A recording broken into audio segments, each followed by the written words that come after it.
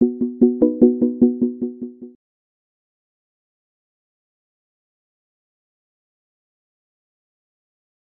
headline of the story of Innocent is, as you said, it's set by myself and my two closest friends. We bought £500 worth of fruit, we turned it into 1,000 bottles of smoothies and sold them from this stall. And at the music festival, we just had a big sign that said, should we give up our jobs to make these smoothies? The bin said yes, and a bin that said no. And we made a pact as a group of 3 friends. If the yes bin was full at the end of the weekend, we would go in and resign on the Monday morning. And it was, and there was a few in the no bins that our parents confessed having put there, but we found ourselves doing it. And then for a year, absolutely everyone, and I don't mean this in a dramatic sense, but absolutely every single person said no. We got one guy who decided he would put in £250,000 of funds. That £250,000 got us to 2008, where by that point we had a business turning over north of £100 million. We exited to Coca-Cola last year in a deal that was actually above £500 million rather than below £500 million. Yeah, exactly. So that was completely crazy. You know, I'm a guy from Yorkshire that used to work in the dog biscuit factory for £2 an hour. We were clear on what it was that we were there to do. We had a simple focus, a clear purpose in one simple sentence. We needed to make it easy for people to do themselves some good. The central organizing idea for the whole organization. So it's basically every decision you make, from the very small ones to the very big ones, is it delivering on that purpose? The discipline of focusing on one thing and saying, I'm going to become better than any other company in the world at this one thing. The most important business decision we ever make as business leaders isn't actually about the products we launch or the structuring. The most important thing is recruitment, because the business is nothing other than the collection of human beings that are in it. You've got to find people that have got within them personal values that chime with the organization. We had this thing called Rule of 5, which meant no one could have more than 5 objectives. They had to be unique to them, and they all had to directly map to the 5 objectives of the business. So every single person knew exactly what was the unique contribution they were making. They got assessed twice a year on a scale of 1 to 5. So there was a complete, transparent relationship between the more you put into the community, the more that you get out of the community. It's a fundamental truth that every single thing that is big once started small. I don't know if anyone's come across a thing we do called the big knits, where we get these little woolen hats knitted. Has anyone seen that? And I said, oh, mate, it's a rubbish idea. It's not going to work.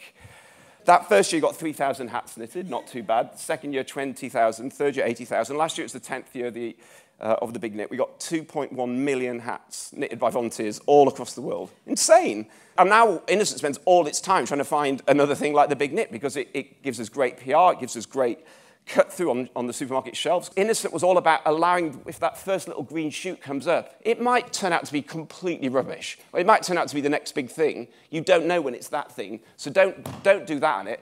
Just let it have its little time and see if it grows, and if so, then start to sort of put money behind it, put time behind it, but allow the little things to come through. We really found that made a big difference. We were cheeky. We would just try and find sort of naughty solutions to real commercial problems. I mean, it's taken 18 months of continually harassing Waitrose to finally take a punt on us and put us into 10 stores.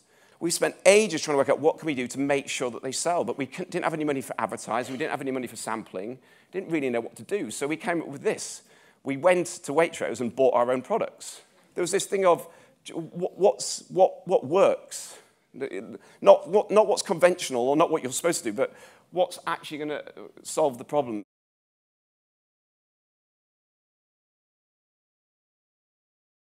We found that we chased beauty.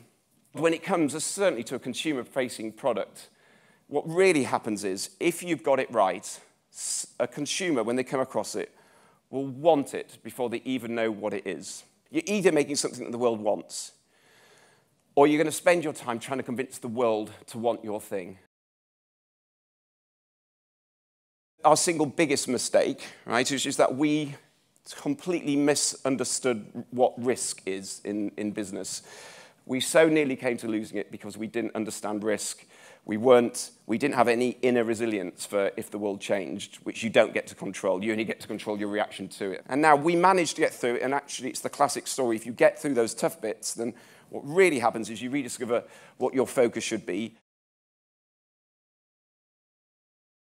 I wanted to talk about, just in terms of the experience, which may be relevant, is because then we sold the business. So we did a deal with Coca-Cola because essentially we needed some money coming in 2008 to sort of pay off the bank. For that period of time between the point of the first deal and the point of the exit deal, we needed to retain control. Keeping control until the day that you are done, I think, I'm not saying my path's right for everyone, but I'm really, really glad that we managed to do that. Don't hand over the keys until you're done.